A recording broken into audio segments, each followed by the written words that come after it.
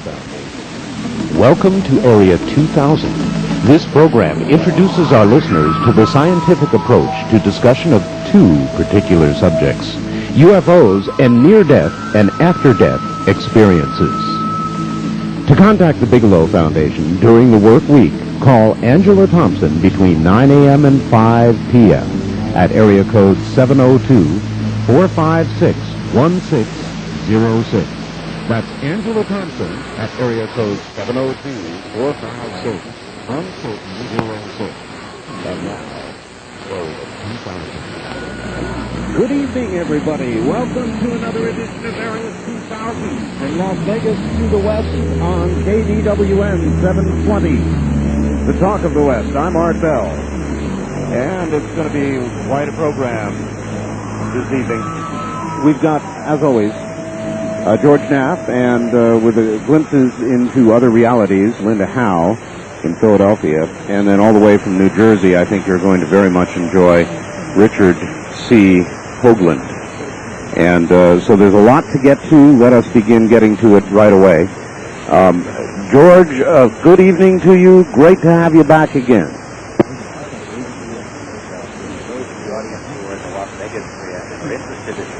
Topic have a unique opportunity to get their fill this week.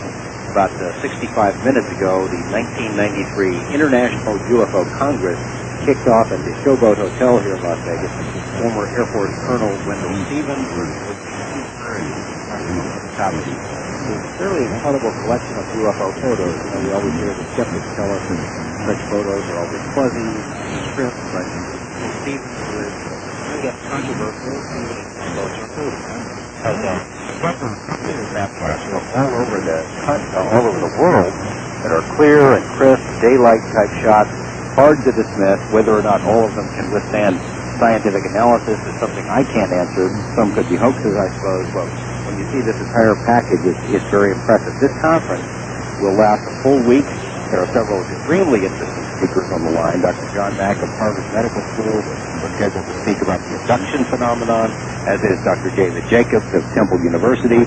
Ted Oliphant, the Fife, Alabama police officer, is slated to talk about his 2-year investigation of cattle mutilations in North Alabama, activity which has repeatedly been correlated to UFO sightings there and elsewhere.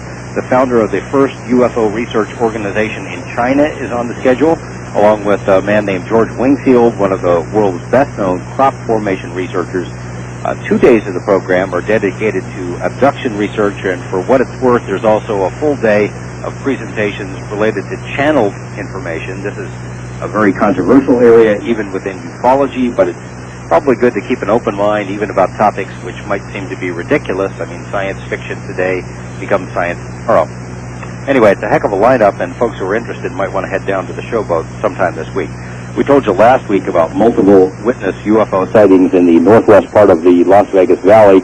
Now we're getting reports from the Henderson area about large, luminous, triangular craft that reportedly perform these flip-flop and other gymnastic-type maneuvers on a semi-regular basis. And if anyone is listening in the Henderson area, we'd like them to call us and let us know what you're seeing out there.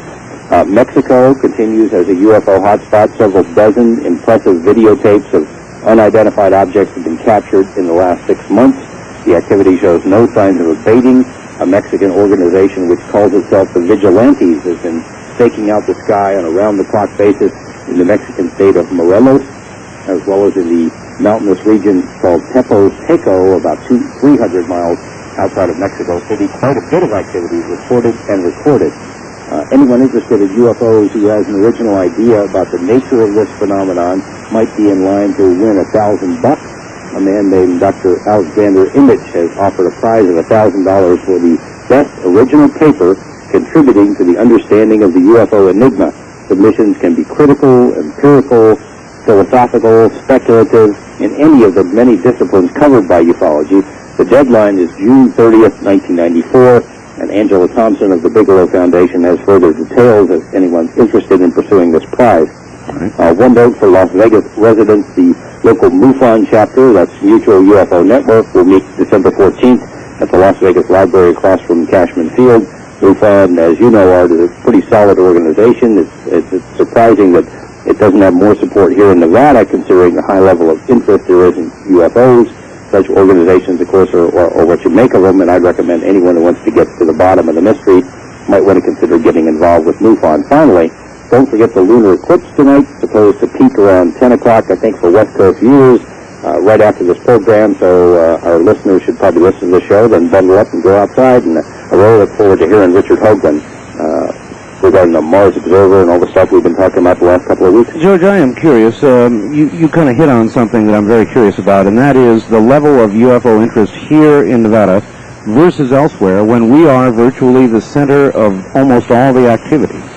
Well, we're the center of a lot of the activity. I think there's activity all over the country, but I think it has a lot to do with your program and some of the TV programs that I've been involved with here. I don't think there's a hotter area anywhere in terms of public interest in the topic. I mean, I can't go anywhere without somebody raising the subject.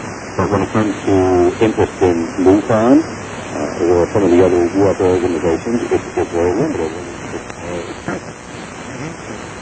Well, as always, wonderful to have you, George. I appreciate the update, and hope somebody on our audience wins the contest. Okay. Thank you. That's George Knapp, our roving journalist. And he kind of keeps us up to date on the very latest of what's going on. All right. Quick switch of gears all the way to Philadelphia, Pennsylvania. Another glimpse into another reality. This is Linda Howe. Linda, good evening. Welcome to the program. Hi, Art. Hi. So when it comes to discussions about other realities outside the accepted norm, whether we're discussing the crop circle mystery, the human abduction syndrome, unusual surface features on Mars, as Richard Hoagland will discuss tonight, the worldwide animal mutilation, or other mysteries, one of the constant themes in the investigations is an apparent policy of silence and misinformation by the government concerning the subject. Recently, I interviewed a beef cattle rancher who talked to me about a recent mutilation on his ranch and his thoughts about why there might be a policy of silence. Art Geyer lives in a grain farming and cattle raising region at the eastern end of South Dakota near a small town called De Smet. In October, he found 3 of his cattle dead and mutilated. The first 2 were cows, and the third was a Charolais bull about 3 years old that weighed at least 1,800 pounds. Mr. Geyer knew the bull was alive and well 2 days before he found the animal on October 24th inside a fenced pasture with both of the gates padlocked. As Mr. Geyer approached the dead bull, he could see a complete testicle lying on the ground near the body, cut right out of the scrotum sac. The other testicle was gone too, but was never found. There was no blood in any of these cuts. The penis had been removed, part of the sheath around it had been cut sharply straight across. The rectum was pulled out and the dry blood was poured. Up above, the tongue had been cut by 2 straight cut lines deep into the cow's throat, and 1 ear had been removed with a cut that Mr. Geyer said, so it looks like pinky shoes had done it, unquote, which is a cut that has been photographed and described on other mutilated animals for the past 30 years. There were no tracks around the bull, no signs of struggle, and predators would never go to the body of the bull. Mr. Geyer also found odd strips of hair missing and a small hole like a biopsy test. He told me recently in a conversation that until he saw these animals, he had not accepted that there was any reality to the animal mutilation. But now, he changed his mind. I'd like to have an excerpt from that conversation in which he also discusses what appears to be a policy of silence. And we will begin with his discussion of a very strange missing hair and a strange puncture wound that resembled a biopsy plug on this 1,800-pound bull. Yeah, on that bull we found there were 2 marks on his neck, about 6 inches long and about 4 or 5 inches apart. And on the one of them, the hair was just red completely, or gone completely. On the second one, the hair was, some of it was gone, but not like the first mark. Like his neck had been clamped in something, or, you know. And then down further, then there appeared to be like a hole or a break in the skin that went in. We didn't think it was a bullet hole because it would have had to been, you know, it was from underneath. There have been what people refer to as biopsy plugs removed from animals over the past 30 years. There have been about 1/4 of an inch wide and about 3/4 to an inch deep. Is that similar to what this was? This would look like it was, maybe a little bit bigger than a lead pencil. Mm-hmm. You know, maybe it's not 1/4 inch, but maybe a 3/8 inch hole. And it appeared like it went in maybe an inch or two. There sure wasn't anything where anything come out on the other side or out, you know, anywhere. Like a bullet would have probably done. So it is similar to these what have been referred to as biopsy plugs. How much did that bull weigh? Well, it was a 3-year-old Charolais bull, and I estimated the weight probably around 1,800 pounds. Now, could you or any human easily walk up to, let's say, not you because you knew the bull, but could a stranger walk up to an 1,800-pound bull and easily stop it in its tracks? They might be able to walk up to it, but, you know, in the fall of the year, the bulls a lot of times will kind of separate off from the females from the cows. And they're more docile in the fall of the year. And somebody could probably have walked up, you know, within 10, 15 feet of the bull if it was laying down. But they could, without tranquilizing it or shooting it or, you know, completely disabling it some way, there's no way an individual could handle that big of a bull. Right. Right. It takes a lot of people to... Yeah. Well, and there was no sign of struggle whatsoever in that pasture? No. Nothing. Well, so this is typical of the animal mutilations, and this is why law enforcement long ago started looking up into the sky for an answer as to what was happening to these animals, and that's why I asked those earlier questions about whether there were any helicopter activity or light activity or anything in the sky that anyone reported. No, there was nothing. So, did you see the bull a day or so before you found it dead and mutilated? I'd seen it about 2 days before, and I had 2 bulls in that particular pasture, the red bull and the Hoagland. And they were fine, you know, everything fine. In fact, I counted all of my animals in that pasture about 2 days previous, or about 3 days before I found the bull.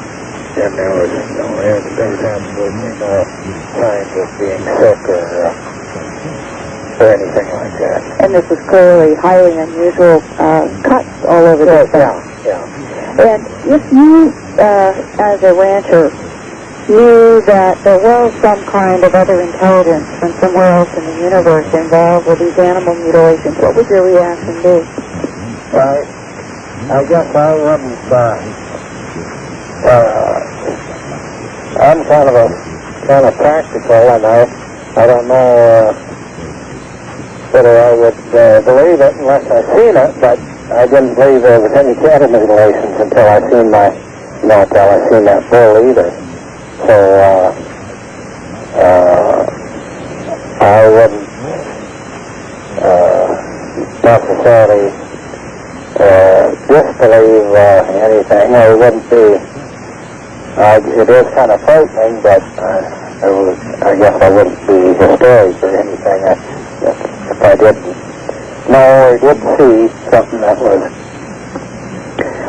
If that were true, and there does seem to be some evidence from eyewitnesses who have seen animals with what they call non-human creatures that were either later found mutilated or disappeared, what would you think about the government's policy of silence? Well, I don't know. It would just, I guess, have to indicate to me that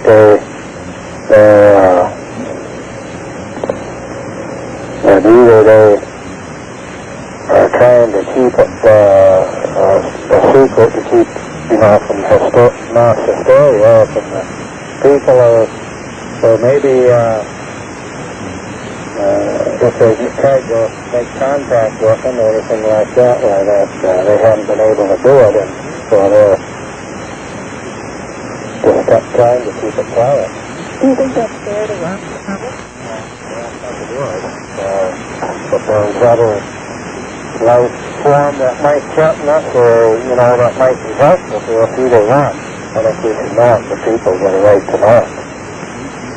And I thought it's permanent either way, helpful or other, we should be on contact with another intelligence on this planet.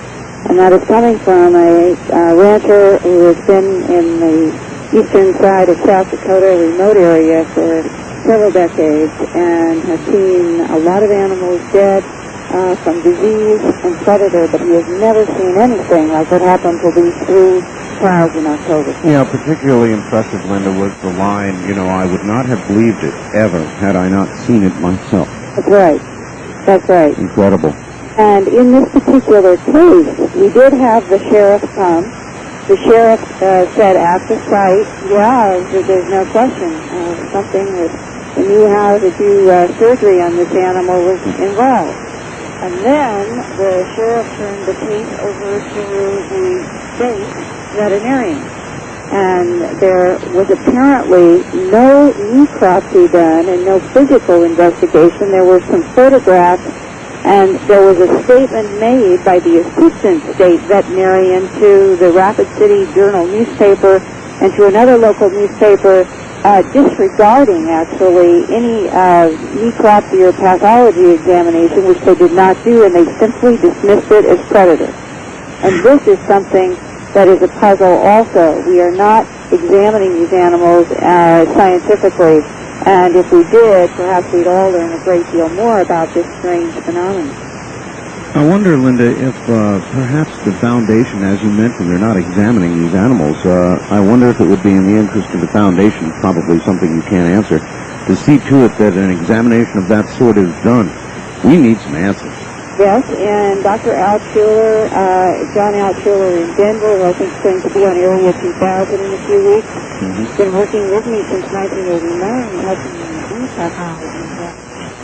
And we are trying to let sheriffs and deputies and the general ranching population know that we will do these examinations. We have not charged anyone anything for them, but we need to be contacted. So if anybody does have one of these strange animal deaths, please get in touch with me, and we will try to get some honest pathology done on the animal. All right, and toward that end, I guess you'd better give them a way to do that. Right. I really do look forward to letters from the listeners of Area 2000. I've been getting some very interesting feedback, and you can reach me, Linda Howe, at Post Office Box 538 in Huntingdon Valley, Pennsylvania, spelled Hunting, D as in dog, O-N, Huntingdon Valley, Pennsylvania, and the zip code is 19006. All right, wonderful. Linda, as always, it's been fascinating, and I'll look forward to hearing from you next week. Great, Art, and thanks. Thank you. That's Linda Howe from Philadelphia, Pennsylvania. And there you've got it. It's still going on. Isn't that fascinating? Absolutely fascinating, and I think she's going down the right road. I think examinations and some sort of understanding of what this is all about. It's high time. All right. Once again, we switch gears, and we've got a fascinating guest this evening, Richard C. Hoagland. Richard C. Hoagland is a former science consultant to Walter Cronkite of NBC News, Cable Network, NASA, and author of The Monuments of Mars, which is fabulously popular. At NASA's request, he has now repeatedly presented his continuing Mars findings regarding the Cydonia region of Mars to thousands of NASA engineers and scientists at the Goddard Space Flight Center and Lewis Research Center. Hoagland was also a featured speaker on his Team Cydonia investigation at the 1990 Aerospace Education Services Project. That's a conference at the Lewis Research Center designed to train and brief specialists on current NASA projects. In February 1992, he presented his team's results regarding Cydonia in an invited address to delegates and staff at the United Nations. And let's take care of that noise. There we go. Richard C. Hoagland should be a fascinating guest. As you know, the Mars Observer, as best we know, or at least with information given to the public, is still lost in space. So, all the way now to New Jersey, and Richard C. Hoagland. Good evening, Richard. Good evening, Art. Welcome to the program. Good to have you. It's nice to be there. Pardon my voice, I seem to have picked up a cold somewhere along the line. I'm sorry to hear that. I'll stay away from the phone. Okay. Richard, though I don't think we've ever connected before, I've been doing programs like this for many years, though not this specific one, and I've heard a lot about you. You've been pretty high profile. I guess the place to start with you is Mars, and in the little topic of discussion thing they sent to me, you were already, prior to launch, and I guess this was written prior to the launch of the Mars Observer, you were already feeling that we weren't necessarily going to get all of the yield of information that was going to get us. You were a little bit suspicious about the Observer mission before it ever got started. Is that accurate? That is accurate, and there's really nothing mysterious because NASA, for the first time in 40 years, in any planetary mission it had ever sent anywhere, was planning not to show us the data, the images, that it was going to get from Mars Observer Live. Now, there has been some confusion about what we mean by live. These spacecraft are robots. They're sent out across the solar system. The first mission NASA ever sent anywhere that was successful was the Ranger 7 mission that crash-landed on the moon at about 9:15 on the morning of July 28, 1964. And I was at a small museum in Springfield, Massachusetts, at the end of a telephone line linked to the Jet Propulsion Laboratory in Pasadena, California, where about 1,000 other reporters and press people and scientists and whatever had gathered to see this mission. And what NASA arranged for the press was live television in the auditorium, so the press and the networks could pick up TV live as this spacecraft, the first sent to the moon that was successful with a state-of-the-art television system built by RCA, could basically give these images to the entire world, although at that time we didn't have satellites, so it was limited to those people in the auditorium, and then you had to, fly the tape to New York or send it by AT&T long lines or stuff like that, so it was a kind of an arduous process. But NASA, even in the very beginnings, back in the 60s, a few years after it was formed, prided itself on showing us live pictures from other planets and other planetary missions. For the first time in its entire history, Art, they had planned and had announced before the launch in September of 1992 that on Mars Observer, for some strange quixotic reason, they were going backward instead of forward. The technology has gotten so good that you basically can see this stuff on a desktop computer, all right? Right. But the NASA folks were telling us and giving us all kinds of bizarre, multi-page memos and excuses why it was going to take Dr. Michael Malin, the guy whose camera was flying on the spacecraft, up to 6 months to generate the pictures. I mean, it was absolutely asinine. And it doesn't take, a rocket scientist to see that it was basically a cover.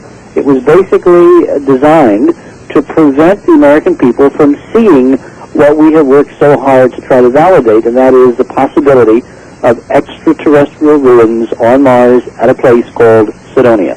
Boy, that's incredible. Richard, hold just one moment while I ID the station. We'll be right back. Richard Hoagland is my guest, and he, as you know, is the author, or should know, is the author of The Monuments of Mars. And we're going to be talking a lot about that this evening. Stay right there.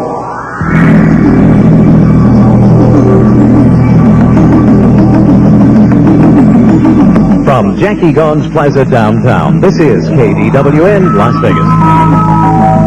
Area 2000 on a Sunday evening, of course. I'm Art Bell. My guest is Richard C. Hoagland.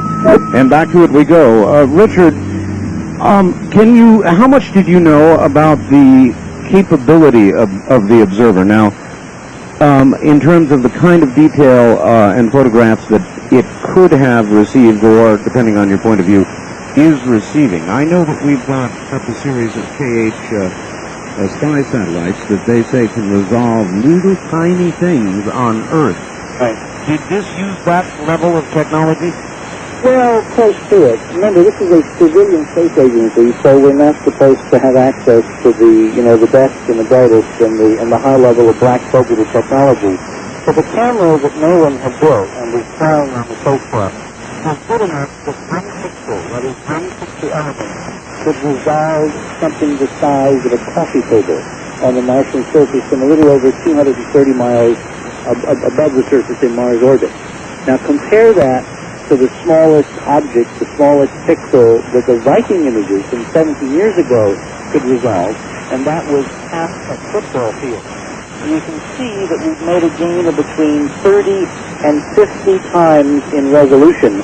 And the photographs, which should have come back, both of the monuments of Mars and all kinds of other objects on the planet, would have been literally stunning. They would have knocked your socks off, and there would have been no doubt, absolutely zero doubt in the mind of anybody, after looking at these pictures, that we were looking at artificial objects at Sidonia, which, of course, if I may be, given the editorial license here, is why NASA has hid the mission in the spacecraft from us. They did not dare to give us that kind of data, because then the fat would be in the fire. Then we'd be arguing over who built them, not where they built. All right. This has always bothered me about this theory, Richard. If such is the case, it was $1 billion mission, $1 billion spacecraft, something like that. 980 million, but who's going to call over, close enough. million here, 50 million? All right. If they knew that all this stuff was there, why launch in the first place? All right, that's a very good question, and let me try to give you an answer from a perspective of 30 years of being a NASA watcher and also a NASA consultant. Okay. NASA is a unique federal agency, Art. What people don't understand, and which I hope after tonight they will understand, is that NASA is the weak link in the government cover-up. Because when NASA gets into the act gets into the act. That is the Space Act. NASA was created back in 1958 by an act of Congress which mandates the widest and appropriate dissemination of all the science results. Bottom line is, there's very little in terms of data that NASA can, by law, keep secret. Now, they can keep methods, because some of their methods, infringe and lap over into the DoD, the Defense Department. So there are many missions where we don't know how data is acquired, but under law, we should know what data is acquired if it's of, strictly scientific objects or scientific inquiries. And unless you admit a priori that there are ruins on Mars, and that's why you're not going to make the pictures public, there's not a legal leg that NASA can stand on to keep the pictures secret. They have to lie. And if they lie, it means they're violating federal law, and if they violate federal law, somebody in NASA is going to go to jail if you catch them. All right, minus the evidence that the observer would have, or is, again, depending on your point of view, providing, what is your best evidence, do you suppose, Richard, for the existence of these ruins, the face, all the rest of it? What is our best evidence right now? Let me finish answering your other question, right. Then I'll get to that. Sure. You asked, why would NASA think they could go there in secret and take pictures? Because no one had ever questioned NASA before. NASA is like, the guys with the white hats, the impervious chain mail. Until the Challenger disaster, where we tragically lost 7 astronauts, and until Hubble, NASA could do no wrong. I mean, I think it's ironic that we're having the show tonight 2 days from the launch of the Endeavour mission for the Hubble, going up to fix Hubble, right? NASA has come a long way, baby, since it could do no wrong, since it got us to the moon. It built 50-foot tall heroes. NASA has been living for a long time on a tarnished image, and I say tarnished because when you look behind the myth, you find that there are some very strange things going on. And what I think, personally, as a speculation, is that NASA thought it could live on the myth. It thought it could go to Mars in secret and pretend it was doing it in public. They never imagined, I really believe, that we would generate the kind of political groundswell, the kind of media observation and critique that would force them basically to decide between an open mission and no mission. And my evidence to support that theory is that the spacecraft was lost, Mars Observer was lost. It was announced that it was lost on Sunday morning at 11 o'clock Eastern Time on August 21st, all right? Right. That was literally as Dr. Bevan French, who was the Mars Observer Program scientist, and I were getting off ABC's Good Morning America after a coast-to-coast debate where basically French and NASA lost the debate in terms of why not take new pictures of Cydonia and why keep them secret. And it was at 11 o'clock when that program went off after the host and ABC, in essence, sided with us, that NASA just coincidentally announced to AP, Associated Press, Lee Siegel, there in Los Angeles, that it had lost Mars Observer 12 hours before, sometime on the previous Saturday night. And of course, you know, I quipped, well, why were they waiting 12 hours? They were going to wait to notify the next of kin? Because again, speculation, it seems pretty clear to those of us in this project that what they were waiting for was to see how politically their secret mission was going to fly. And when it looked obvious to anybody that it was not going to fly, that's when somebody put into position Plan B, and that's when they, in essence, pulled the plug. Still, that had to be, prior to launch, one of the things, if all this is true, that they considered. In other words, option A, option B. But option B, which they apparently, you believe, took, is so incredibly damaging to NASA and their future budgetary hopes that I would think they would not have done that, rather not launched at all. Then, Art, suppose this is bigger than NASA. You see, this is where we come full circle. I mean, the fact that I'm doing your show tonight, a program devoted to UFOs and things that go bump in the night, right, should be some measure of how robust this evidence has become. Because if we have ruins on another world, which Mars Observer could have verified for the entire planet Earth's approval and approbation, then immediately, once you have demonstrated there are ET ruins on another body in the solar system, all of the problems and all of the potentials of the UFO phenomena come falling out of the government closet. Absolutely. If you can prove there is one wrench, one stone, one built artifact anywhere else than on this planet, you have opened the door to a galaxy filled with other life forms, and you have made credible, not true, but at least credible, the idea that somebody out there could come here and in fact could be coming here right now.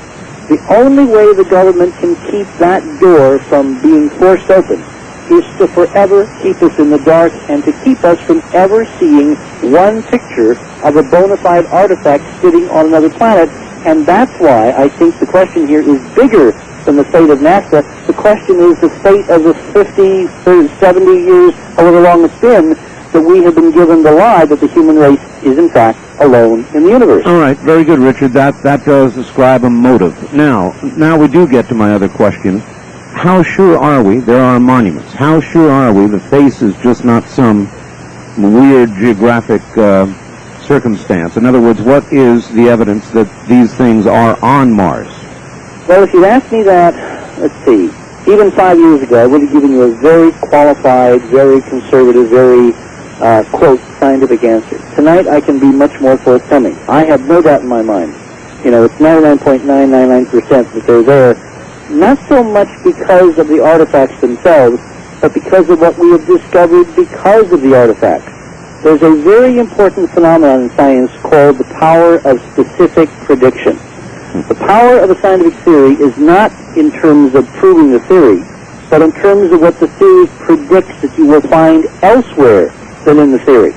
And what we have found elsewhere than the theory that there are structures on Mars is a physics which has allowed us to look across the solar system and to see other phenomenon operating in the Sun, in Jupiter, in Neptune, and even here on Earth, and to put that into a coherent new physics which has extraordinary power of prediction, extraordinary power of the prediction of a technology which will evolve from that physics, and in fact already has. And it is for the physics that I was given the International Excellence in Science Award by the Angstrom Foundation this year in a ceremony in Washington 2 days after NASA announced that it lost the spacecraft. because the physics that comes from the geometry of the monuments of Mars is the powerful predictive side of the fact that there are artifacts. So for us, in this project, and obviously for the Angston people, the discussion has moved light years beyond are there artifacts.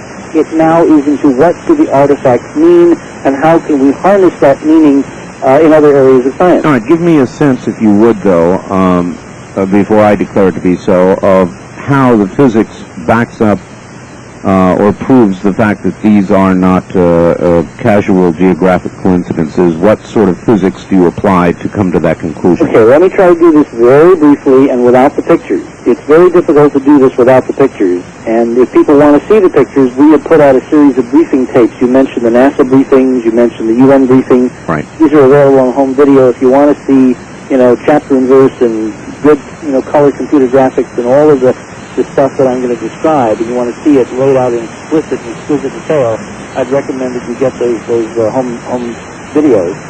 But for those who have not seen the videos, let's try to do this without pictures. What we have on Mars are a set of structures, the centerpiece of which is a mile-long, 1,500-foot-high humanoid image. It looks like us, or perhaps something that's made on floor.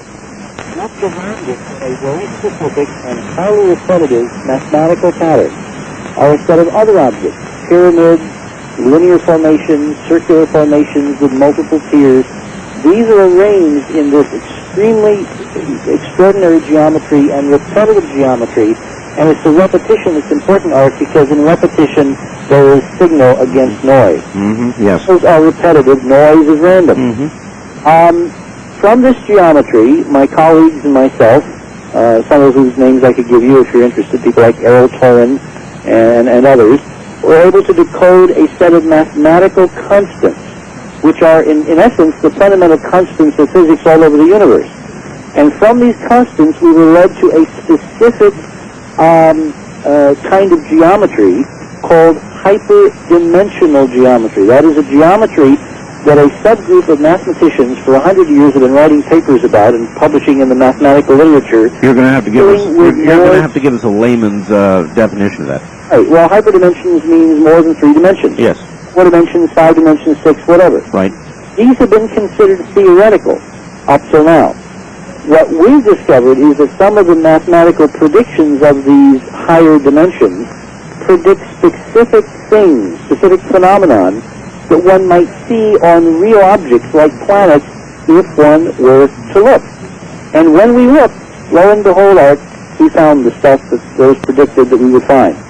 Energy upwellings at specific latitudes, geometric patterns in the clouds circling the poles, excess energy emissions where there should be no energy coming from inside the planets because planets are not stars, they're not supposed to be generating excess energy, things like this. And all of this began with this set of geometry encoded in these objects grouped around the face that I have come to call the monuments of Mars. Now, if you follow the logic train, it's impossible under any normal conditions to wind up successfully predicting the latitude of the great dark spot on Neptune, which we did in a paper we published in CompuServe 2 weeks before Voyager 2 arrived at Neptune, predicated on the reality of a set of structures on another planet, unless the structures are real, unless the mathematical logic chain is real, unless the predictions have real power. So that's why I can say with great confidence, backed up by the Angston people, that in fact we're dealing not only with the reality of structures on Mars, but structures laid out to give us a fundamental new view of physics and how the universe really works. And of course, if you followed any of the discussions over SETI messages, the search for extraterrestrial intelligence over the last 30 or more years, this kind of fundamental information about how the universe functions is exactly in the forefront of what anybody from Sagan to Drake to Morrison have been saying a SETI message would contain. The only problem is they were predicting that it would come by means of radio from someplace safely many, many, many light years away, and we found this kind of fundamental information encoded in the geometric layout of a group of structures on a nearby planet known as Mars. Well, Richard, call me dimensionally challenged if you wish, but I'm still not somehow grasping. In other words, you have from these structures devised some new basis of physics. Sure, it turns out to be very old. We have now discovered two separate groups of scientists here on Earth who have been working with this physics for the last 100 years, Art, and we never knew it. I mentioned one group. They're called mathematical topologists. A topologist is a mathematician who can look at a donut and a cup of coffee and you and me and say they're all the same. So you do not send mathematical topologists to Dunkin' Donuts to bring back donuts, all right? Yes. The other group of scientists, it turns out, who have been working or began to work with this identical higher dimensional reality base for physics were the physicists themselves. You probably have heard of a guy named James Clerk Maxwell. The name is familiar. Maxwell's equations. Yes. Without Maxwell's equations, you and I would not be having this conversation, and none of your listeners out in Radio Land would be listening to us tonight. Maxwell's equations describe the electromagnetic phenomenon of radio, as well as light, as well as ultraviolet, infrared, X-rays, the whole spectrum whereby you and I are having this conversation for your audience this evening. What you do not know, and which many people do not know, is that Maxwell, 100 years ago, originally wrote his 200-plus equations completely describing electromagnetic theory in four-space terms, in higher dimensional terms. They were later simplified, I love that phrase, by a guy named Oliver Heaviside, another physicist, about 20 years later. And we were only given 4 of the original 200 equations, and those, the four-space terms, had been eliminated from the equations. So for the last 100 years, physics has been limping along with it's almost like putting dark glasses on and not looking at the real universe. And we've only discovered this in the last couple of months, that Maxwell's original equations were predicated on, founded on, implicitly incorporated higher dimensional four-space terms called, for those mathematically inclined in your audience, quaternions. And anybody out there can check in the ancient history books, not the modern physics texts, but in the really initial ones of about 100 years ago, and they will discover the truth of the statement. Now, what's interesting to me, given, somewhat of a perspective of paranoia about government cover-ups in terms of UFOs, is that we seem, every time in the last 100 years we were going to get a handle on this physics, we seem to have taken the wrong turn. Now, do we take this wrong turn by accident, or do we take it because there perhaps has been a larger perspective that did not want us to know that physics might apply to more than 3 dimensions? I don't have an answer for that question, but it's an interesting question to pose, because the power of hyperdimensional physics not only gives you, quote, free energy, a term that I'm sure has been discussed on your show more than once. Yes. It also gives you control of gravity. And there are a few things flying around in the skies over your head, if not tonight, on other nights that I've heard about, that I believe are part of a secret government project to apply the real Maxwell's equations in a black-budgeted program that's been at least 30 to 40 years in the making, and that if you see UFOs in terrestrial skies, there's an even likelihood that they're ours, that we built them using very fundamental, secret, hyperdimensional physics and technology paid for by your and my tax money. All right, now, believe it or not, that seems reasonable to me, Richard. I've seen recently a UFO. I had my own experience, finally, first one I ever saw in my life. But that aside for a second, when you take this new hyperdimensional physics and you go to a conventional physicist and lay it out for him, what is the usual reaction? Well, it starts out with incredulity, and then you point them to the literature, to Maxwell, to the topologists, and they come back to you and they say, I'm going to have to really think about this. And we have evidence that, this is happening all over the country. There's a gentleman I think you're going to have on your show in a couple, 3 weeks, Dr. Stanley McDaniel. Yes. Who is an epistemologist, he's an ethicist, he's an historian of science, and he is the former chairman of the philosophy department of Sonoma State University. About a year ago, Stan McDaniel called me up and he said, I'm doing a paper on all you guys who've been talking about this Mars stuff, would you send me some references? Would you send me some things? Thus began a dialogue.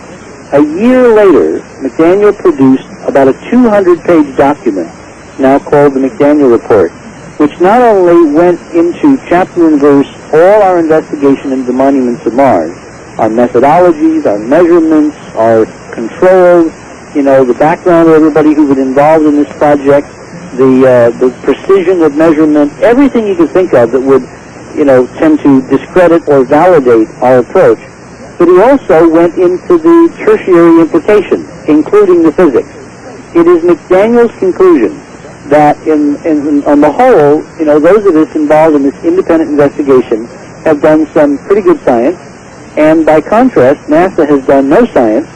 And most important is that there is an area of physics here that should be explored and expanded.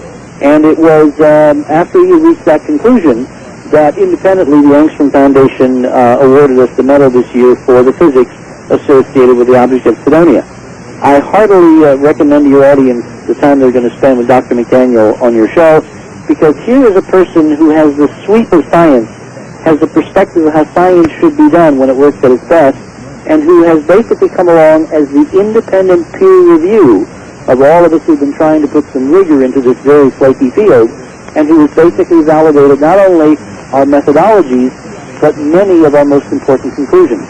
Richard, very briefly, without going into all the detail that I've gone into before, I live in the Pahrump Valley, which is about 65 miles west of Las Vegas, and a valley or so adjacent to Area 51.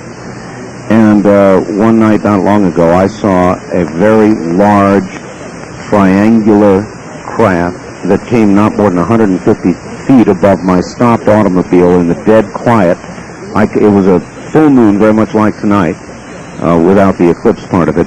And I could see the substance of this craft. It was dead flat black against a lighter sky, and it literally floated at a slow speed, slower than would be able to keep it in aerodynamic flight, and utterly quiet. Since that time, I've had all kinds of people send me information on this kind of a craft and this kind of technology, but it would seem to me that the kind of physics you're talking about would be required to do something like that, because it wasn't flying, Richard, it was floating. Wouldn't it take that exact sort of technology to achieve that? Precisely. But you see, this is the important part, and this is where we can get into a wonderful discussion about, is it ours or theirs?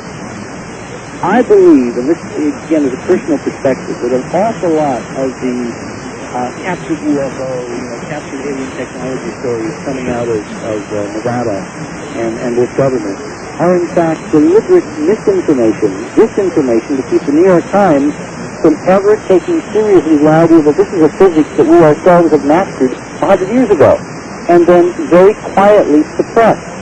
Everybody is familiar, or at least they should be familiar, with the history of Nikola Tesla. Yes. And you know what I'm going to say. Yes. Tesla wanted to harness the energy of the Earth, which is nothing more than another way of saying hyperdimensional physics, to beam, to broadcast free electric power, essentially power too cheap to meter, from located around the Earth points, all over the planet, to be picked up by relatively inexpensive receivers on homes and cars and boats and stuff like that. Right. Industrialist J.P. Morgan was backing him in his research until he discovered what Tesla, for whom the 20th century would not exist without Nikola Tesla. Everybody thinks it's Edison and, Westinghouse and all that. It's Tesla that is making the lights, go on in your living room tonight, boys and girls. It's Tesla who gave us, 60 cycle and 120 cycle AC current.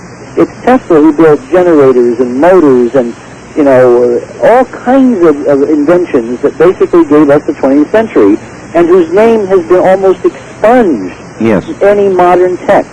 Such is the power of an academic establishment that is twisted or manipulated to forget those to whom it does not want to remember.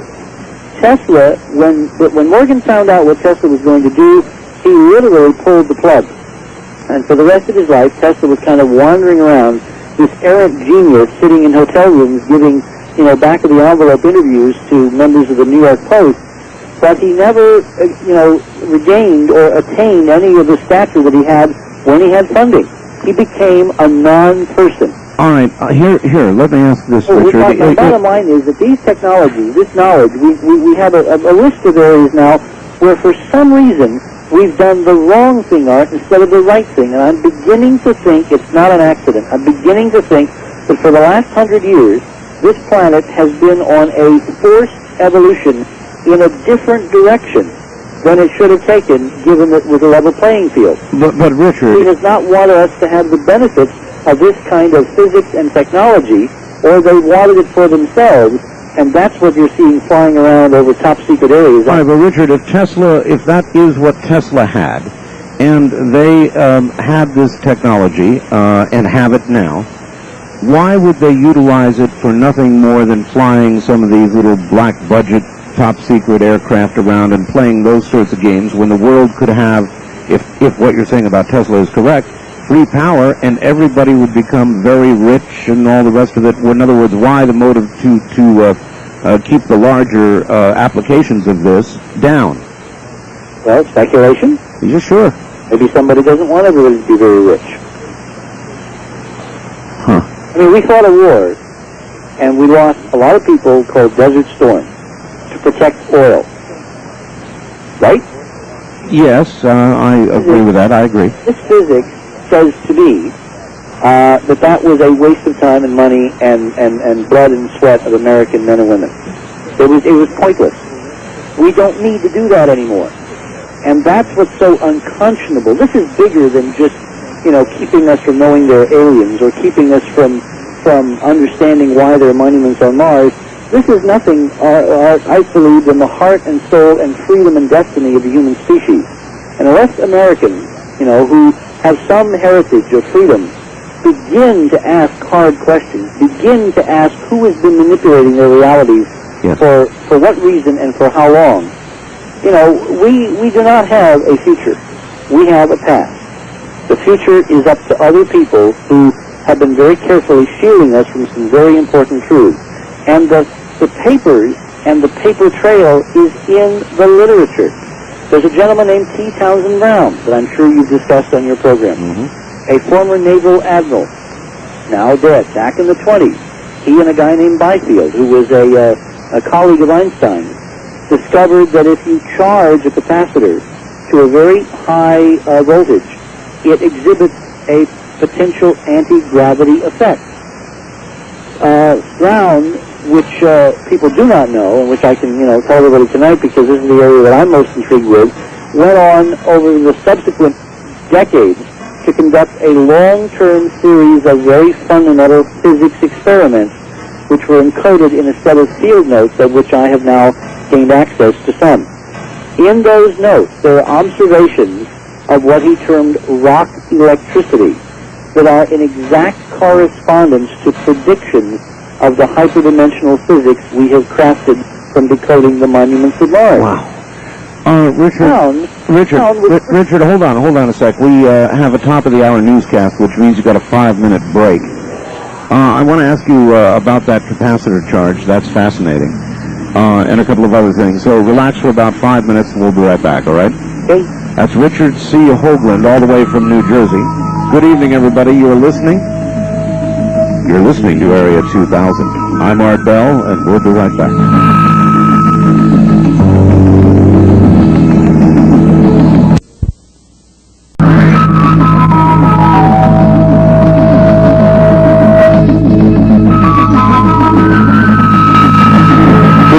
Welcome back to the very best program of its sort. This is Area 2000. My guest is Richard C. Hoagland, all the way from New Jersey. A lot of fascinating stuff. Back to it now. Richard, good evening. Are you still there? I'm here. Good. You mentioned something that really fascinated me, a capacitor charge. Can you tell me any of the technical details at all? How much of a charge you're talking about? What size of a capacitor? Well, these were capacitors that were built back in the 20s, and the internal design I found, because I've done some homework in this area for obvious reasons, has changed. You cannot buy capacitors currently that will exhibit these effects because they're not designed the same way. And that, of course, raises interesting questions. Why not? But the old-style capacitors, the kind that Tesla was using and the kind that Brown was using, and the kind that you could easily build again today if you just knew what you were doing, when they were charged to 50,000, 100,000 volts, they exhibited what people would think was, in essence, an anti-gravity effect. They tended to move toward the positive pole. If you turn them upside down, they tend to move toward the positive pole, so they would gain weight. So it was not attitude dependent. It appeared to be some effect of charge separation. Apparently Brown did a lot of efforts to try to get official Washington interested. He tried to get the Navy interested in funding him, tried to get private enterprise interested. There were some intriguing kind of what I would call hatchet-type papers written by one reviewer in particular who was hired by the Navy to review his experiments. And when that was done, official interest, in essence, disappeared, but he was never really making public presentations after that. You say you've done some homework in the area. In what manner did the dielectric differ from today's capacitor? It wasn't so much the dielectric, it was the geometry. The geometry. And remember, we're dealing with a hyperspatial geometry, so geometry is kind of intriguing to me. You know, the details, I mean, this is obviously not the place to get into the details, but there is going to be a whole conference at Temple University sometime next year on Bigelow-Brown, and I have been invited to submit a paper, given that we have a physics that seems to be applicable. And if you're really interested, off the air, I can give you the organizer, and you can talk to them directly, and perhaps get them on your show. Well, boy, I'd love to. It's fascinating. All right, just a quick switch here. As you pointed out, we're about to launch the mission to try and fix the Hubble.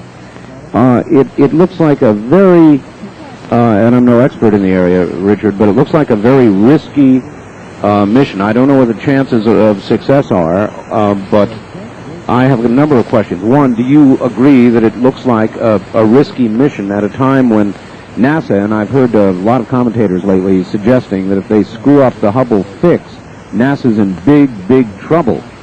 So how do you assess this upcoming mission? Well, one of the curious things is that Dan Golden said a few weeks ago that the objective of the Hubble fix was not to fix Hubble, which I think is an amazing statement by the head of NASA to make. It's going to require quite a number of spacewalks. Between 5 and 7. Right. It's extremely complex. It's, in one sense, it's the kind of mission for which we have been building the NASA program for the last 30 years. I mean, ultimately, if you're going to do any work in space, if you're going to build space stations, if you're going to go to other planets, you got to be able to do this stuff. This is something we ought to be able to do. On the other hand, it's kind of strange that we should have had to do it at all, because why was a $2 billion telescope launched with a broken mirror? Right. That's a question that I still have not satisfactorily answered. And the problem for NASA's credibility is that when you begin to find that they're lying to you in one area, you begin to suspect other areas. Of course. And there's a pattern of deception around the Mars data, which is as wide as the Mississippi and as deep as the flood areas this past summer. That's not me, that's Dr. McDaniel saying that. What's amazing is that it was 36 hours after the McDaniel report was delivered by couriers to Bevan French at NASA headquarters that NASA lost the spacecraft, lost Mars Observer. Now, in this report, McDaniel, again, not Hoagland, but McDaniel, was accusing NASA of about to commit one of the most egregious crimes against the ethics of science in all of scientific history by not taking the pictures of Cydonia, guaranteeing they were going to try to acquire them where the face and the pyramids are located, and then by not making them available live as they were beamed back from the spacecraft. Now, losing the spacecraft very neatly got NASA off the hook, would you not say? Well, yes, I would, at a great political price, yes. Although, as you point out, if what you're suggesting is true, then yes, there would be motive, I suppose, to do that. Well, I mean, look, let's not split hairs. There is overwhelming evidence that there has been deep and intense federal interest in the extraterrestrial phenomenology for at least 50 years. You know, you don't have to go very far to find, for instance, the extremely well-documented case of Roswell to know that at least since 1947, yes, some person or persons in this government has been up to their eyebrows in trying to puzzle out what's been going on with a phenomenon that they simply did not feel they could bring themselves to tell the American people about. All right, what is your view with regard to the current status of the Observer? What's the reality, do you think? Well, given the model that we proposed at our National Press Club meeting, you may or may not know this, but on August 24th, we had scheduled, that was the day that the spacecraft was supposed to go into orbit, and we had scheduled about a month before a press club briefing in Washington at the National Press Club of many of our major researchers associated with the Mars mission. That's the nonprofit research group that I head, as well as friends of the Mars mission, people who are not formally, members of the research, but who are colleagues and advisors, and people like Dr. David Webb, who is a former member of the President's Space Commission under President Reagan, or people like Tom Van Flandern, who was the former head of the Celestial Mechanics branch at the U.S. Naval Observatory in Washington, D.C. I mean, these people are not flakes. They're substantive people who feel that we should at least have been given an even shot to get the photographs, and who were egregiously outraged that on the eve of going into orbit, NASA should, quote, lose the spacecraft under extremely mysterious circumstances.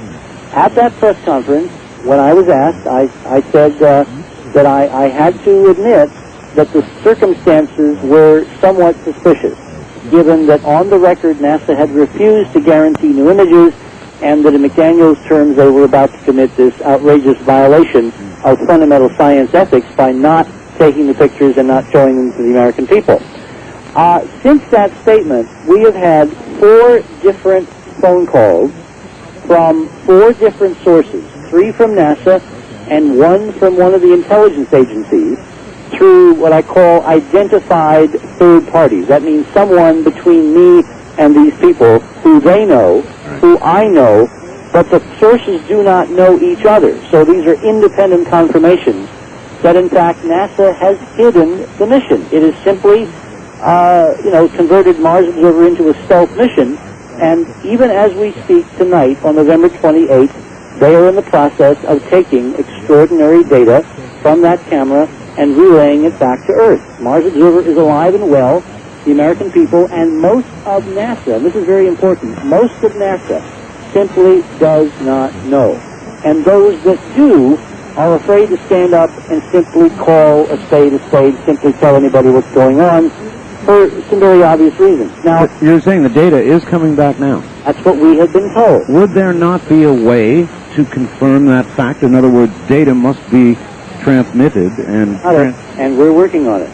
Okay. I can announce tonight that, on the 24th, I stood up there and I said, if there is a radio telescope facility or facilities that would like to assist us in putting a little honesty in the government, yes, now would be the time to come forward. Well, it's taken us several months, but we finally have had what I will term as serious nibbles. And I don't want to be any more specific, because obviously if NASA people who are part of this rogue group, as I have termed it, are listening, and I'm sure somebody monitors your show. Oh, yeah.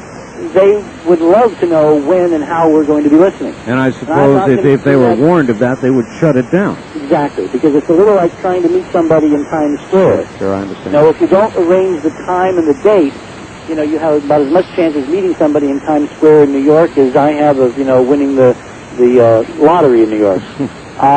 So if they knew when we were going to listen, and they knew from, more important maybe, is where we were going to listen, they would then simply transmit to another receiver and another antenna on the other side of the world, and we wouldn't have a snowball's chance in where of hearing them.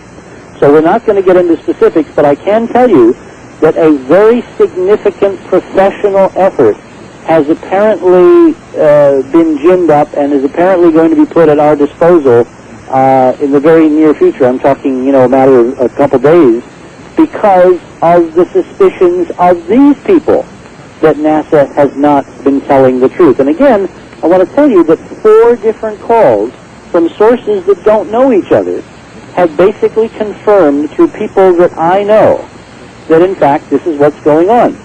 And when you get 4 sources, I mean, look, Woodard and Bernstein only had 1, right? So we're doing them a lot better. 2020 is following this carefully. And if we get anything, obviously, we would let them and you and everybody else know. I talked to some other network people in Washington, the day that I won the Angstrom, I was asked to come for a meeting with a senior network anchor and his entire staff. I was intrigued that he wanted his entire staff to be in on the meeting. And it was only supposed to be a few minutes. It went almost an hour. And he said to me, Dick, he said, I would love to believe that this could be right, but I can't imagine anybody in this town, meaning Washington, being able to keep a secret. Right. He said, you've got to bring me some kind of proof. The problem there, Art, is that if you're a news person and you live in a world where telling things makes you money, you can't imagine a world where not telling something would make you more money or would give you access to something that's even more important in some people's minds than money, and that is power. I mean, can you imagine one of these guys cutting his throat, cutting himself off forever from the data by standing up on NBC and saying, you know, my boss is running a secret mission? End of career. End of career, end of livelihood, end of respect by his peers. I can tell you from absolute first-person experience that when I spoke at NASA Lewis, there were some, I'll just say, irregularities that occurred around my presentation. And if we have time, I'll get into the details, but I don't want to interrupt the flow of the story by telling you them now. All I can say is I was disturbed enough to call a couple of NASA people and basically made protestations. I was going to complain all the way up to the director's office, and maybe even outside to a couple of news organizations. And I was told flatly by these NASA people, oh, for God's sake, Dick, don't do that. Let's keep it in the family.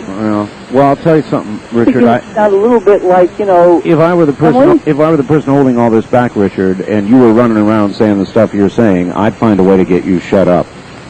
Has anybody tried? I don't think so. I mean, I'm still here. Well, for now, but I mean, this, you know, if there's something to what you're saying, you're a very dangerous person. Well, I think there's a lot of very dangerous people. What I see is the dam has got all kinds of cracks and is on the verge of blowing sky high. There are too many things that are falling into place. There's too much convergent information. There's too much good data now out there, and good people chasing good data. This pretense that there's nothing going on, and we're sitting here all by our lonesome, and there's nothing on another planet, and there's no, you know, extraordinary new way of looking at the universe and applying that knowledge to changing, you know, the sad state of affairs on this planet. There is no way that that can be kept in the bottle very much longer. So if I were to disappear tomorrow, all it would be for some is an affirmation that everything I have said has been probably just about the way I've represented it, and there'll be other people willing to pick up the cudgels because they would know at some point they would be vindicated and there might be honor and glory and God knows what that would go along with it. Speculation, Richard. Do you suppose that they're depending on the fact that you remain sort of lost in the noise? I don't think so because, you know, when you're taken very seriously by, as I said, network people, when you're discussing with the folks on Capitol Hill at the level that we're discussing, what's going on with the spacecraft, when you've got serious radio astronomers giving you multi-million-dollar facilities, which we could never hope to build on our own, you know, to basically catch them in the act, that's a pretty powerful network of folks that stand against the relative handful of those in government who I think have manipulated us on these issues for far too long. Remember, my model is that most of the system is honest. And if that's true, then as the McDaniel report gets circulated throughout NASA, and we just received a grant to be able to print several thousand copies and distribute them to NASA, to the Hill, to the United Nations, to academia, as the truth and the veracity of what McDaniel has meticulously documented in this report works its way through the system, there'll be lots of honest people that will look around and begin to wonder just what the hell has been going on and why have I been keeping my head down and not looking at what's been going on. So I don't think that the cover-up is going to obtain much longer, and in fact I see evidence that there's a lot of desperation of what's going on. The last thing they should have done is to hid the spacecraft. If they toughed it out, if they had simply tried to stick to their timeline and given us these dumb technical reasons that we knew were dumb but the press didn't, they may have been able to pull it off. But by, you know, pulling the plug, by pretending that $1 billion extraordinarily sophisticated piece of robot hardware 30 years down the line, not at the beginning of the process, but the end of the process, just can not flown home one evening, they have made an awful lot of people who are not even paying attention suddenly say, wait a minute, there's really something weird here. What is going on? So I don't think we're dealing with 50-foot-tall giants. I think we're dealing with a small group of very scared men, and they are men, they're not women, they're men, and they've been at this for a very long time. They've been living in a closed room. They have got very warped blinders on. They don't realize the world has fundamentally changed, and they're living in the past, and that does not make for good policy or wise or intelligent decision-making. What is their latest and final proclamation about what they claim occurred? I remember when the news story broke about all this, Richard, they were talking about a defective transistor, that they'd had trouble with it on previous missions and all the rest of it. None of that ever added up to me, because you don't risk a $1 billion mission on something you already know has been trouble in the past. That didn't make sense. Then they talk about the possibility of pressurization and an explosion at that moment. What's the story they're sticking with at the moment? Well, the actual report is going to come out of the official, what went wrong committee, of I'm, terming it, in the next couple of 3 days. The 30th of November, the failure review team that Dan Golan, who's the head of NASA, has appointed, which, by the way, consists primarily of people out of NRL, the Naval Research Laboratory, is going to make its report.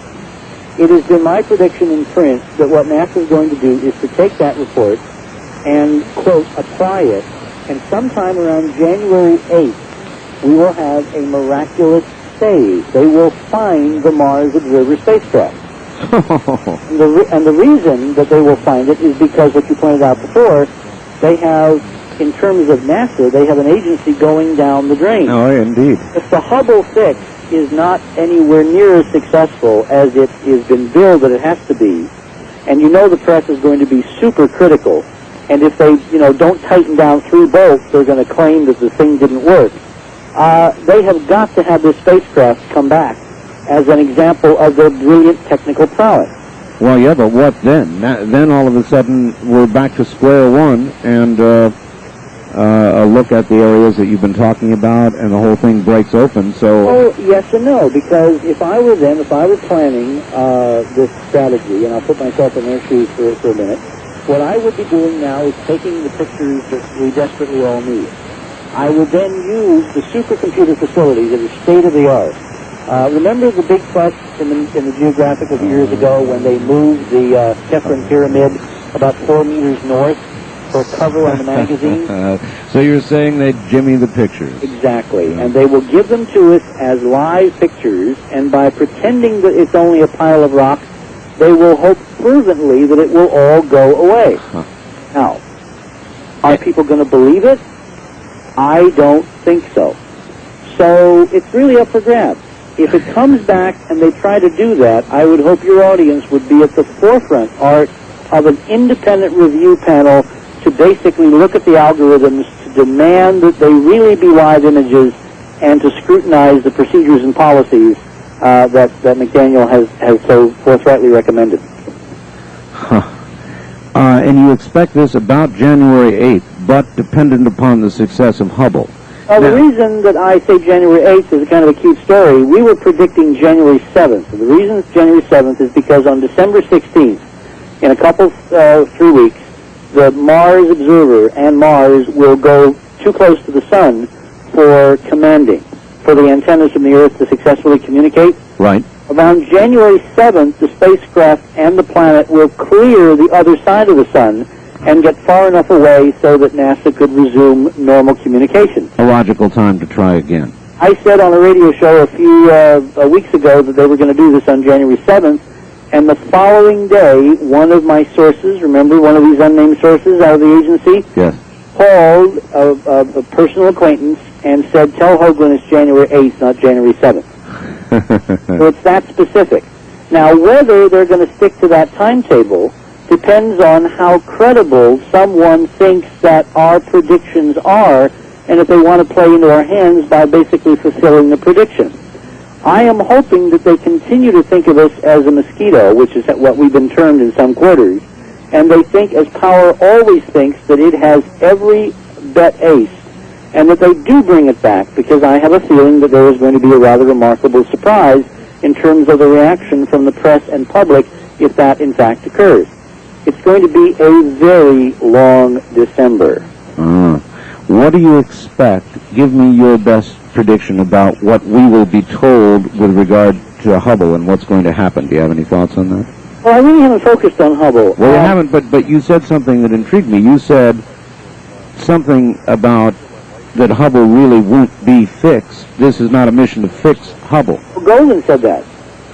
Dan Golden basically said, with all this money and all this enormous, pressure on, correcting the optics and the spherical aberration and putting these new, boxes in and all that, that don't be surprised if we don't get everything fixed. And in fact, the objective of the mission is not to fix Hubble, it's to prove that we can fix Hubble. Which is the neatest, Washington doublespeak that I've heard in a long time. That is something. If Hubble were to be fixed and lived up to the original expectations, would there be any application, Richard, do you know, for Mars?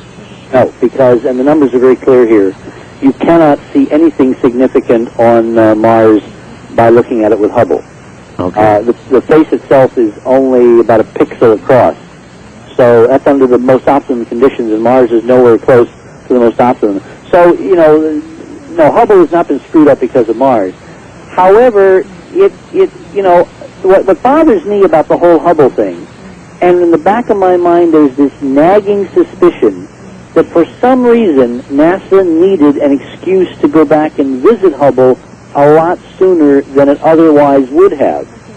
And it's very obvious that, you can tell a computer to basically fake any picture you want. Remember, we're living now in a world of virtual reality. Oh, yes. We're not seeing real pictures, guys. We're seeing images that come through computers of real pictures. Now, if you can have an algorithm to sharpen, which we have, you can also have an algorithm to blur. Absolutely. All right? So when you get console operators reading out data at the Goddard Space Flight Center of a spherically aberrated mirror on the ground, there's no, pardon the expression, ground truth in orbit that the mirror really has the problem. What you're looking at is the end of a very long data stream and a picture that's basically been given to you by a computer. Suppose, I'm just going to run a scenario here. Suppose somebody wanted an excuse to mount a very elaborate mission in the December of 1993 in Earth orbit that would require 5 to 7 spacewalks to do something, which under any normal NASA budget would never fly through Congress, right? Right. And suppose they decided that the neat excuse to get that mission up there to do something was to fix Hubble. In other words, there's nothing wrong with Hubble in this scenario.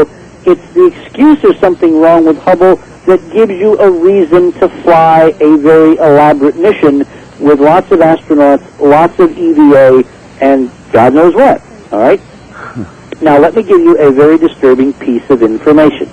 And I don't know whether this has any meaning, pro or con, or yes or no. I'm just going to lay it out. And I have not discussed this before because it never really came up. And I don't like discussing things that don't have relevance, but now it does seem to have some relevance. We're all familiar with the tragic death of the President's counselor, Vincent Foster. Yes. Several months ago. Absolutely. A member of the President's staff, worked with Hillary, came up from Little Rock, good family man, religious, apparently salt of the earth. And one afternoon he walked out of the White House, and that evening he's found shot to death in a small park across the Potomac, not too far from CIA headquarters, matter of fact. Correct. And no one can figure out why this man would take his own life in such a strange fashion, shooting himself in the mouth in a parked car. Right. What you don't know, and what your audience needs to know, is that 2 days before, a few miles away in Maryland, a scientist was found in another roadside rest, also shot to death in a parked car by a magnum in the mouth. Wow. And his name was Paul Southgate, and he worked for the Hubble Space Institute as an 8-year computer systems analyst. Holy mackerel. Now you put it together. Well, I'm not sure I can, but that's an incredible piece of news. Richard, hold on just 1 second while I ID the station. Wow. Wow is justified, isn't it? Richard C. Hoagland is my guest. This is Area 2000. From Jackie Gone's Plaza downtown, this is KDWN Las Vegas. Well, all right, a lot of information to get out. I am going to go ahead and open the telephone lines this evening. And I can see we're not going to have enough time to do a quarter of what we ought to do. Here are the telephone numbers in the metropolitan area of Las Vegas: 383-8255-8255. Toll free outside the state, it's 1-800-338-8255. We have the wildcard direct lines at area code 702-385-7214. And finally, if you have never called, first-time callers at area code 702-385-7213. Not enough time, Richard. Would you like to take some calls? Sure. All right. I'd love to do that. We don't have a lot of time, so good evening from Jackie Gone's Plaza Hotel. You're on the air with Richard Hoagland. Hello, this is Mike in San Luis Obispo. How you doing, Art? Fine, Mike. I just have a real general question for your guest, and boy, it's an incredible show tonight. Two questions. Could you describe your feelings about the patriotism of the people who are concealing information about these extraterrestrial realities? And do you think that President Clinton knows about these? And I'll take the answer on the air. All right, thank you. Of those involved in the cover-up and their patriotism. Uh-oh. Well, I managed to do that, didn't I? I managed to disconnect Richard C. Hoagland. So what we're going to have to do is get him back on the line again, and I'm going to have to figure out a way that I can do that. Let me see here. This is not going to be easy, but such things have occurred before, and it is a particularly interesting question. So let's see if we can get him back on the line. Let's see. I think we can do this.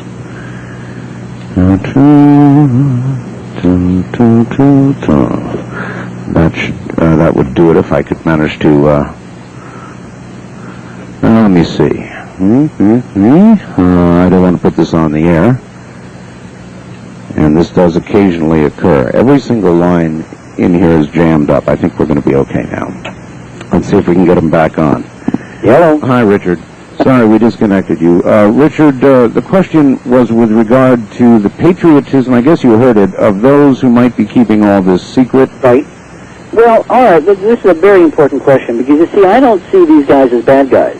I think that they believe sincerely that they're doing what has to be done to maintain the viability of civilization.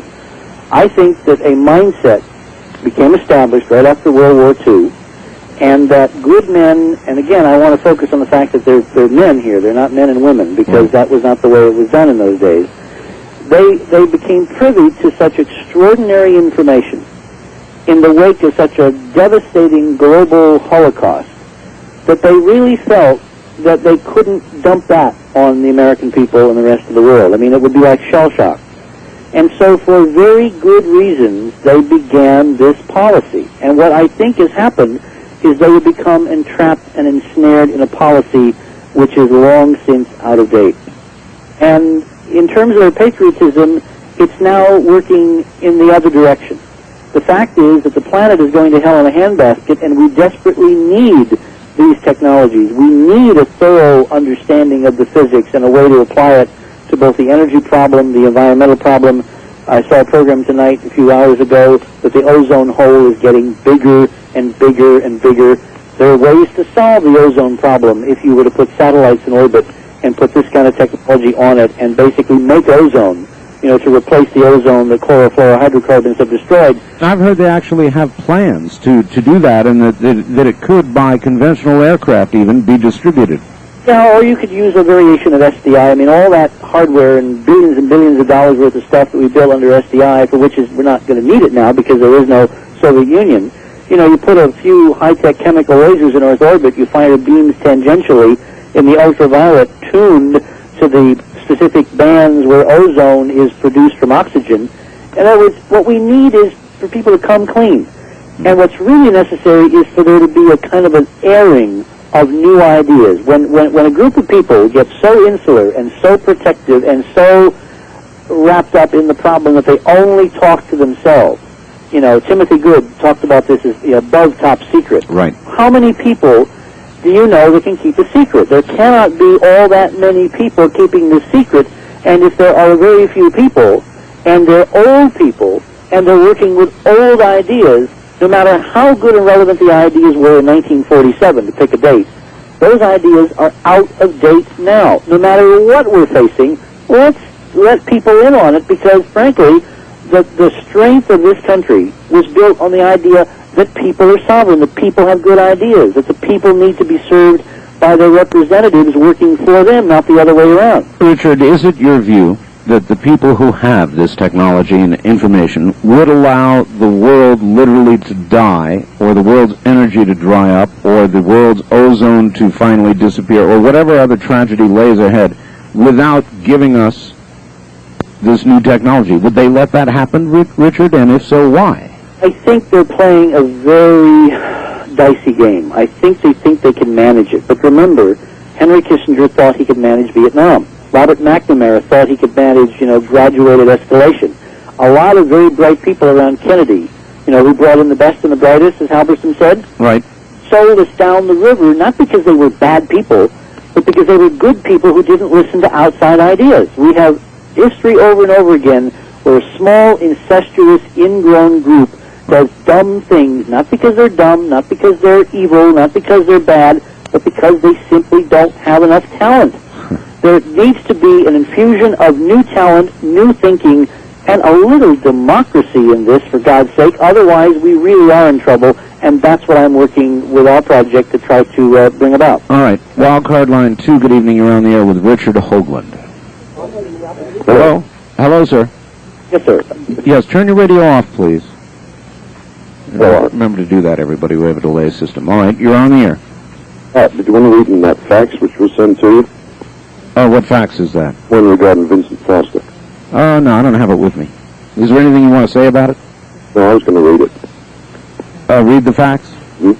Why don't you just give us a sense of it? Well, basically, it was a fax sent, and it said at 4:52 p.m. At the exit to Fort Darcy, Virginia, a gray Ford Econoline van stopped a 1992 Chrysler sedan, and the driver was alone in the sedan, was removed from the vehicle at gunpoint. And basically, it says that he didn't kill himself, but he was shot twice in the back of the head and sat on a park bench, and the police were called, and obviously it was a cover-up. All right, sir, thank you.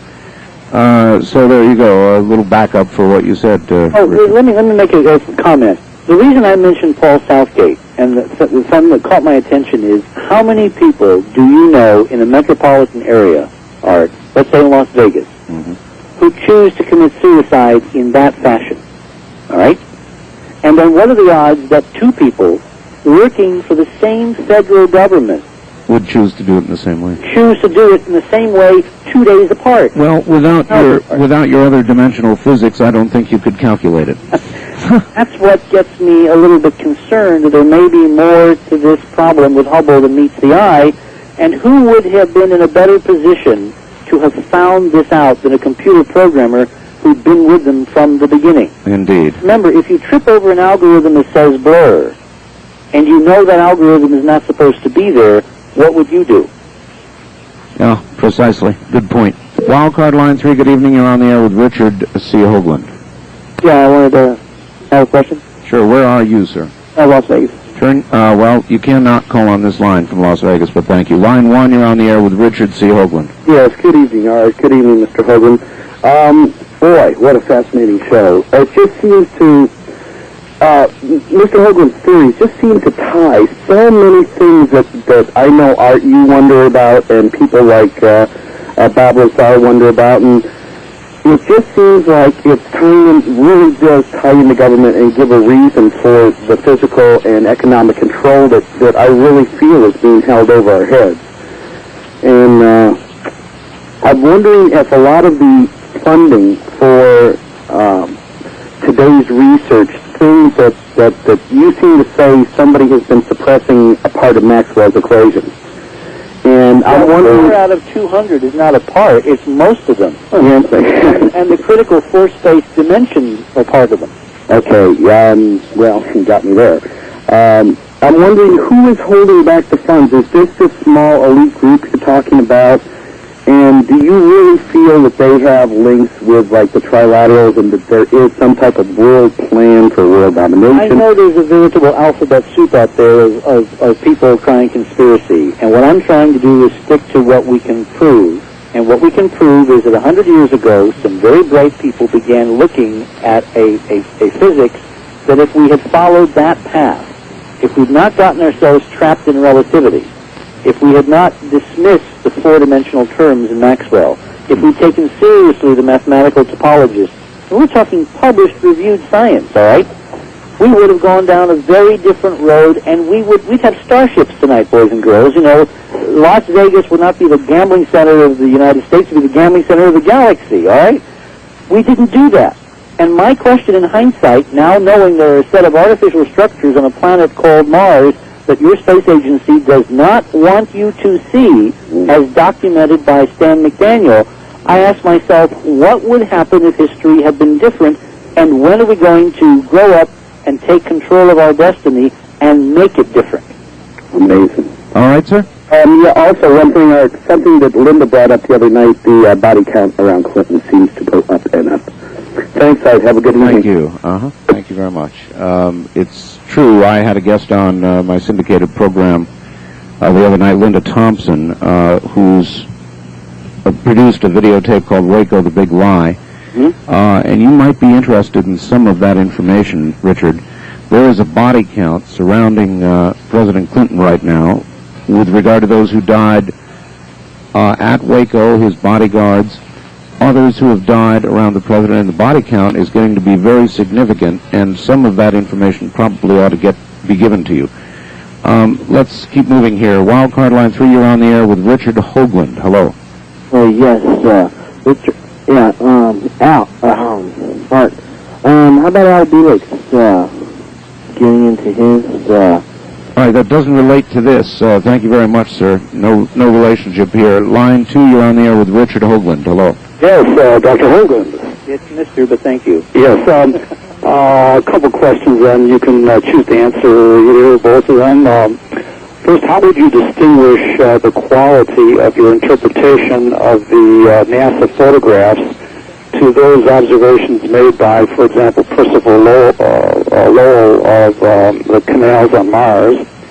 And second, totally unrelated, what would the minimum number of people in NASA be in this rogue group who would have to know about this project of turning off the observer and taking stealth photos? Okay. In other words, do you envision cables going off into another room?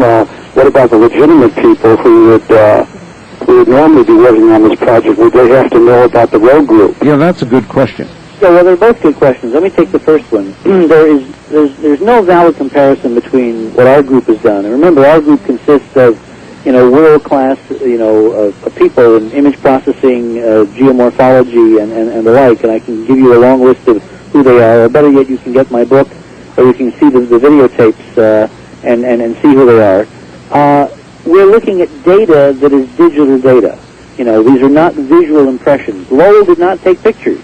Lowell was looking through a telescope, he and his colleagues at Flagstaff up north in Arizona, and they were drawing, what they saw through the eyepiece. These are images that were recorded not on one orbit, but on minimum of 2 separate orbits, 35 days apart, 2 different sun angles, and the features down to the half a football field pixel resolution of the images verifies the features that we're seeing at both sun angles. And we have brought to bear an extraordinarily sophisticated range of technologies, everything from shading to fractal analysis, and people like Mark Carlotto formerly at the Analytic Sciences Corporation, has published his own papers and a very good book called Martian Enigmas, where he lays out in exhaustive and redundant detail how the image processing validates what we're seeing. McDaniel, in his report, which you can get a copy of by calling our 800 number, which is 1-800-424-0031, as well as all the tapes and the books and everything. McDaniel does the same thing. He independently corroborates the methodology whereby we're doing real science. And it's the kind of science that your space agency should have done, and probably, frankly, if you want my opinion, did do, but they never told anybody. That's where they predicated going back with Mars Observer. The camera, Mallon's camera, was placed on the spacecraft shortly after I brought our first results from the independent Mars investigation team through David Webb to the Reagan White House. You have to look at the trail of circumstantial evidence of who did what with whom to realize that Mars Observer was a mission that was not even designed to carry a camera, and suddenly they bolt on the best, non-military camera that money can buy, built by Mike Malin. They then set him up with an independent laboratory in a godforsaken place called San Diego, hundreds of miles from the nearest planetary scientist, and they give him an independent access without accountability to sit on these images for 6 months, which has never been done in the history of NASA before.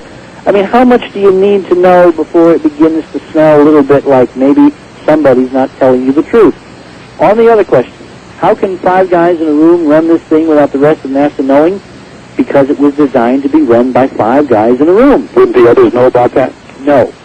What I think happened, if you want my bit-by-bit analysis, is that when the commands were uplinked on Friday evening, remember it was lost on Saturday, on Friday evening the last command loads were sent up from the ground, from JPL to the spacecraft to update it on navigation. It had everything on board in the computer it needed to know to put itself all by its lonesome in orbit around Mars. Only after that did it, quote, disappear, boys and girls.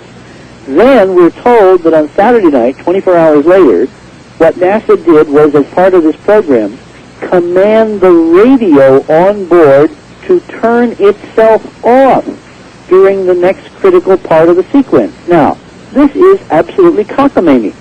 Never in the history of NASA, in the history of anybody's space program, has a spacecraft radio during a critical part of a mission been commanded to turn itself off. Do you believe that the secret control room is on site at NASA or JPL or someplace else? It could be anywhere.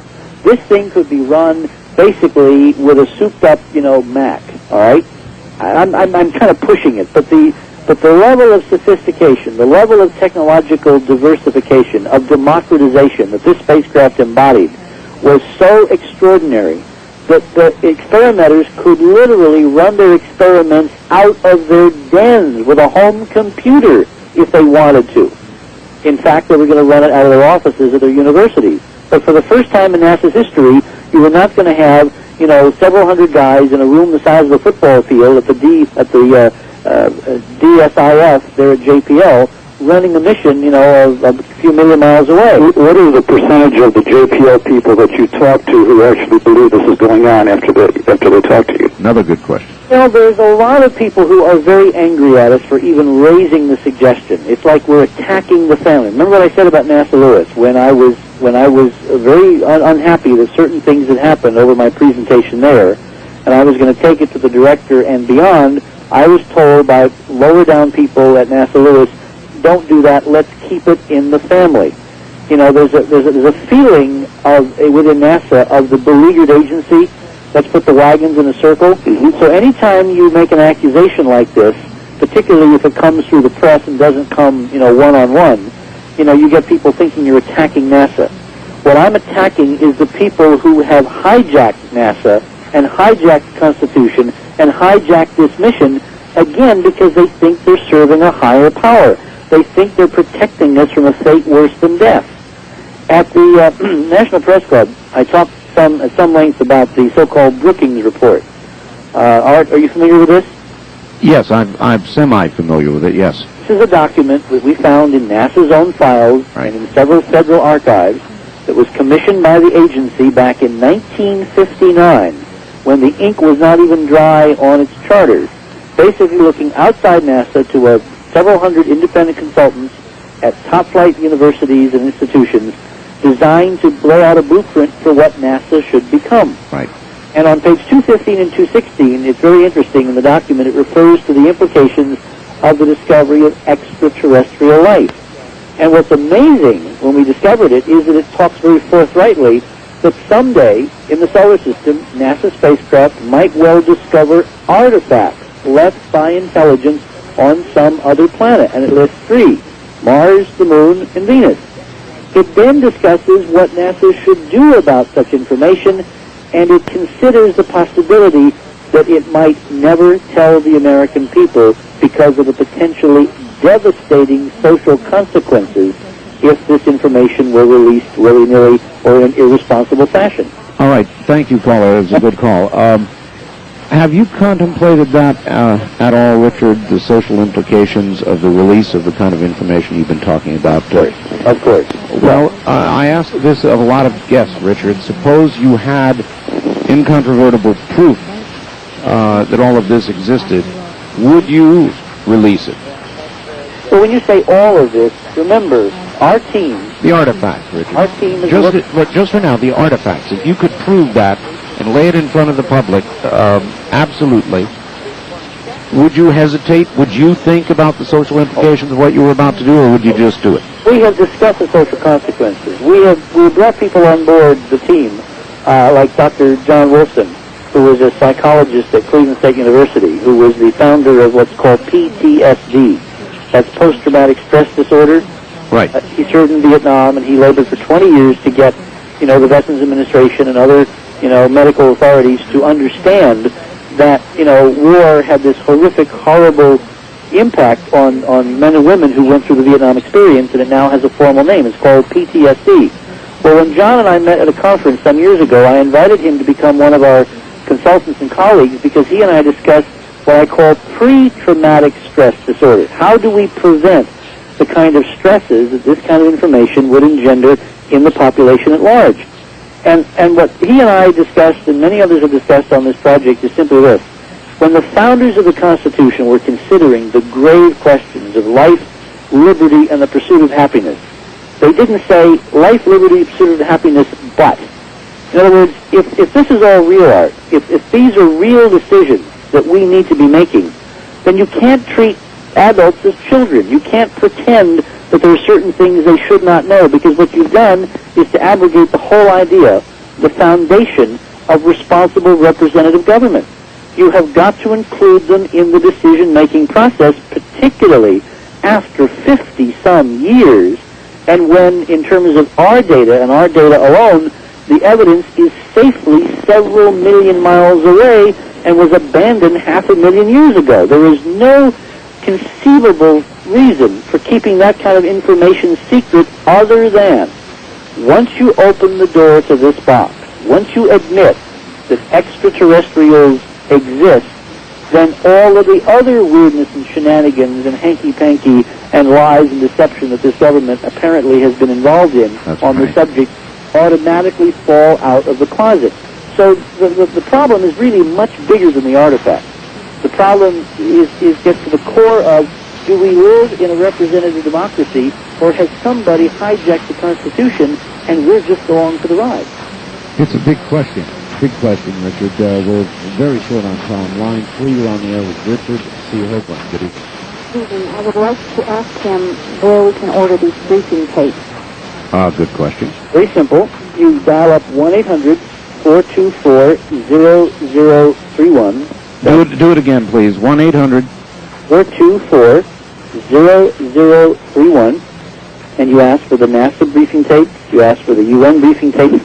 They're coded, by the way. They're called Hoagland's Mars, Volume 1 and Volume 2. And you want the extended version of Volume 2, because that has 24 minutes of the analysis of the STS-48 footage.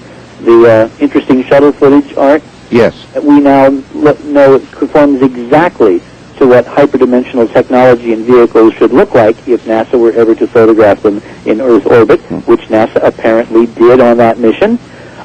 You can also get the McDaniel report through that number. You can get my book, The Monuments of Mars, A City on the Edge of Forever, which was updated last year. And we're about to come out with Volume 3 because we've learned some more relating the physics to biology, which I think people are going to be very interested in. And we're in the process of producing Volume 3 now. And, that's basically the number to keep track of all of what we're doing. All right, did you get that, ma'am? Yes, I did. Thank you very much. 424-0031. All right, thank you. 1-800-424-0031. Please, everybody, take it down, or I'll be getting calls for the next week. All right, Richard, maybe one more. Good evening. From Jackie Gomes Plaza Hotel, you're on the air with Richard C. Hoagland. Yes. Is it true that the U.S. military has a base on the moon? All right, thank you. A lot of talk about that, Richard, the moon and what we may or may not have up there. What do you know about that? I don't think so. And I'll give you a very bottom line answer.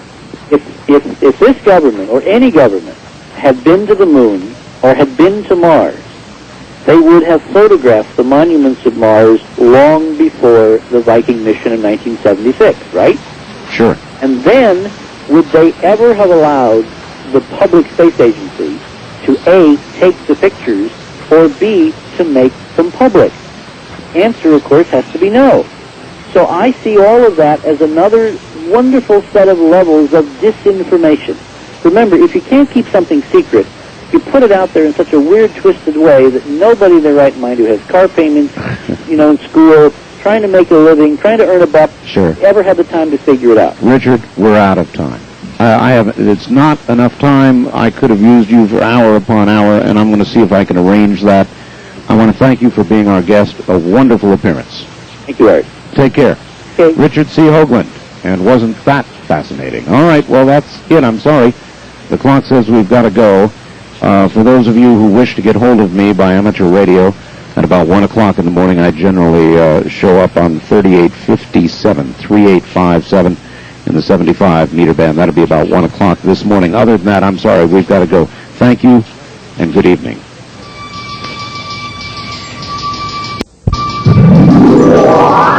The preceding program was made possible by a grant from the Bigelow Foundation. This has been Area 2000, a program that introduces our listeners to the scientific approach for discussion of two particular subjects: UFOs and near-death and after-death experiences.